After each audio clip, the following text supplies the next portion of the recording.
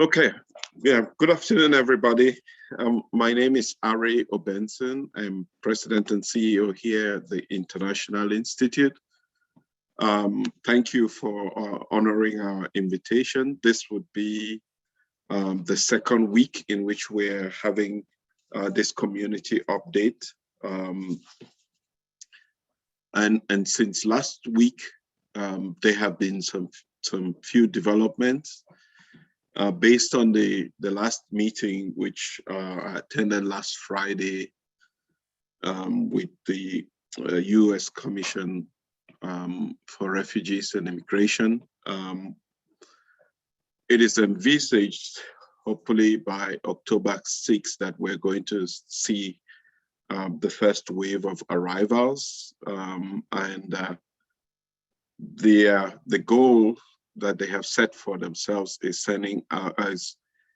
getting about 40,000 people off the bases each week to all 19 sites, which would approximately be about 40 to 100 arrivals, and it would not be evenly distributed. So this would be based on the capacity of each of the sites. There is significant work that is going on now on the basis, and I think we're going to talk a little bit about that. But if in terms of processing, and there is great need for capacity, not on the basis, so they're asking us to engage with our communities to find resources that can support the processing on the basis. Which is what is going to feed into the arrivals that we would have. Primarily, that's the main update that we have at this time. In this meeting, we're going to give you a more detailed update than what I just did, and that's going to be done by Blake Hamilton, who is Senior Vice President for Programs and President of the Community Development Corporation of the International Institute. He will do a short presentation. After that presentation, we're going to have breakout groups. So we really want to go from just information to actually how we all community stakeholders can plug into the plans or solutions that are being developed to be able to address the vital needs that we are seeing. And as I said the last time, we don't have all the answers. We are part of the community, we're playing our part, and we hope that we can work together with you all. So we thought that we should identify specific areas, and so organizations around the table can go to you can choose the breakout room of interest and be part of the conversation in each one of those breakout rooms for about 30 minutes, and then we'll come back. We will have a summary of all of the various conversations that will take place so that everybody will be on the same page, but at the same time, each one of you has the opportunity to apply your strengths to the solutions that are being developed or being proposed. And so the 4 breakout groups are going to be, we're going to have one on health. Healthcare, mental care is really vital. That's one of the things that the USCRI is looking for capacity on. Housing, we know it's a challenge here in the community, and I know that there is a group that's working and coordinating efforts. This would be an opportunity for us to see where we are. Community collaboration, this really has to do with the question of how can we be involved, our volunteers and all of that. That will be also one of the breakout groups. And then immigration services. We know that there's going to be increased need for immigration services, and how can we as a community, we are obviously aware of ongoing initiatives. All of those conversations can be had here as well. So immigration services. Those would be the 4 breakout rooms. And then we will come back to sharing the overall discussions in each one of the breakout groups, and then open up for question and answers. With that said, I'm going to turn this over to Blake Hamilton for an update on where we are with reference to the Afghan arrivals. Blake. Thank you, Ray. Welcome everybody, and thank you again for joining us this week. The goal of these meetings is to provide updated relevant information regarding the shifting nature of resettlement, but also to provide space for us to collaborate on the specific challenges that we're identifying in cohorts that have the capacity and ability to provide the support that is needed. So to get us started this morning, I did want to begin with our update.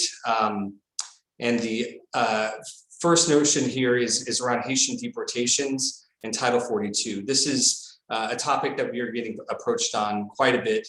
So I want to provide a little bit of clarity and perspective around this, as many of us have seen the abhorrent images that have been on the news at the southern border. Again, we received many different questions around this, about what people have seen and heard, because it's been so disturbing to so many. And we just want to provide a little bit more information here. And the Haitians that we saw in those pictures were seeking asylum in the United States due to political turmoil in the wake of the assassination of Haiti's president and the chaos in the aftermath of a truly devastating earthquake. But these on their surface would be solid grounds for being granted asylum upon entering the US. However, in March of 2020, the Department of Health and Human Services issued an emergency regulation to implement a section of a 1944 public health law, which permits the director of the CDC to prohibit individuals from entering the US if the director believes there's a serious danger of the introduction of a communicable disease to the United States based on their admission. This regulation allowed for the grounds for immediate deportation of individuals without providing the opportunity to even seek asylum during COVID. And so we've understood that some families traveling together were in fact allowed to enter and file asylum claims. And a federal judge just last week offered a ruling that will allow families from Haiti to file asylum claims rather than face immediate deportation. However, this likewise is being challenged. And this is just an entirely different part of our immigration system than refugee resettlement. And unlike refugee resettlement, there are no resettlement contracts for work with specifically asylees and resettlement of asylees. There are programming supports available to folks who make it to communities, but no formal resettlement process. Nothing that funnels folks to communities like the resettlement system does for refugees. So in essence, there is no telling where Haitians who have been allowed to make asylum claims will end up waiting for those claims to be processed. But while the majority will seek to be unified with family members or join larger Haitian communities on the East Coast, we do know that some have made their way to St. Louis and have approached some service providers locally. However, again, unlike Afghans and refugees, there's not an active resettlement pipeline to St. Louis. And while individuals and families may make their way here after arrival, it will be in certainly a low volume, sporadic, and very difficult to predict, which varies significantly from the resettlement process that we have been describing.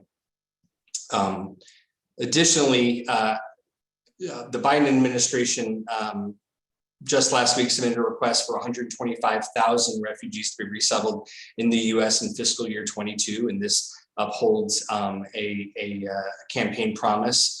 And the International Institute applauds this request, which is a dramatic shift away from the historically low cap of 15,000 established in the last year of the Trump administration. And now it's up to Congress to approve the budget needed to ensure safe resettlement for all these folks. The presidential determination, as it's called, this number, allocates how many refugee spots will be allocated by region. And so the proposal recommends 40,000 spots for refugees from Africa, 35,000 for folks in the Near or Middle East and South Asia, 15,000 for East Asia, 15,000 for Latin America and the Caribbean, and 10,000 for Europe and Central America, and another 10,000 unallocated spots that are not allocated by a region.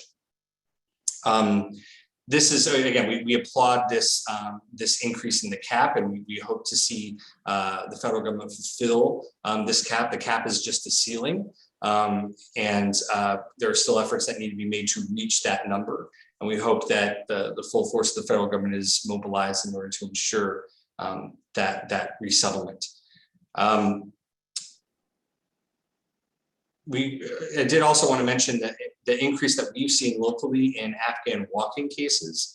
Over the last several weeks, we have seen an increase in folks who have arrived to U.S. military bases, completed screening, and have sought to reunify with family members rather than wait for formal resettlement. They've made their own travel arrangements to come to St. Louis, and they make their way to the Institute seeking assistance in accessing some of the benefits that might be available to them. But in the cases where these parolees and SQI humanitarian parolees have scheduled their own arrival to St. Louis, they are in fact ineligible at that point for services. And the message that we're trying to send out to folks is that if they are able to stay on the base and get their travel arrangements through the federal government, they will have a quicker road to supportive services through organizations like ours when they do arrive. We understand that the conditions of the bases are extremely challenging. And we do know that folks who see an opportunity to get out would be interested in being reunified with family members sooner. However, it creates something of a challenge in terms of the application for assistance. Once they arrive, if they are eligible, particularly the SQIs, they will be able to submit an application to be a part of the resettlement program, but that could take up to 30 days. That'd be 30 days without the financial or case management support that is available to folks through the resettlement program. So we're urging folks to, where possible, stay and be assigned for travel, which again will be resuming around October 6th. I did also want to make mention of a call that we did have with USCRI, one that I already alluded to.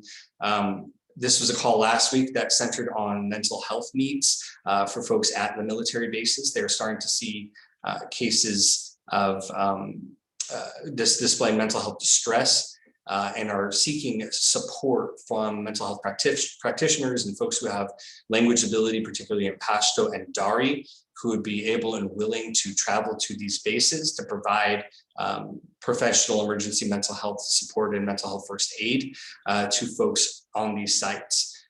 We will be getting more information from our partner USCRI about how interested parties can get connected to provide this service at these military bases. One reason I want to mention this here is to underscore this need. And something that we'll be talking about in a moment once we head to our breakouts is the local capacity for support for folks who have been through traumatic circumstances to be resettled in our region. We do have supports in place at present that provides services through the International Institute, BIAS, and others in the region. But however, these systems we expect will need to be increased in order to meet the need as folks are arriving from these military bases. And Rosie Lang, our Director of Social Work, will be leading that conversation in the breakouts when we head there.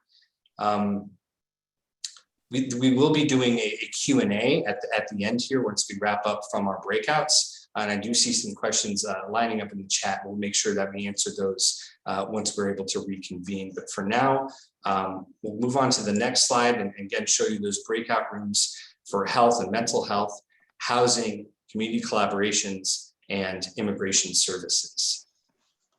And I think Armina will be helping us transition into those breakout rooms momentarily.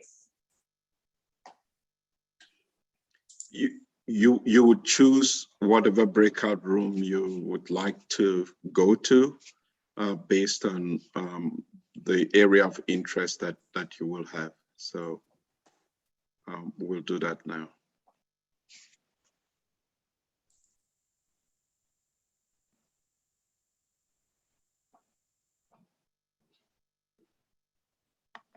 How do we do that? But we go to the breakout session. Hello? Hello? So there should be a pop-up that comes up on the main page. So it says breakout rooms in progress, and you can choose which one. So there should be pull downs for health, housing, community collaboration, and the immigration services. So in the chat box, or at least it popped up on the bottom of my chat box screen, breakout rooms. So join breakout room, and then it should show all 4 that are available. And then you should be able to click join on the right-hand side. Can we join more than one group going back and No, forth? not at this time. We'll do one, but like Ray had said, we'll do a recap when everybody reconvenes back in one at the end. Thank you. Yep, no problem.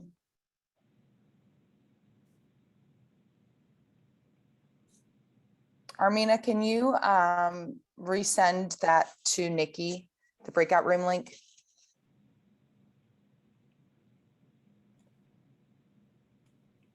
I don't know how to do that, but if you tell me which one, I can assign you.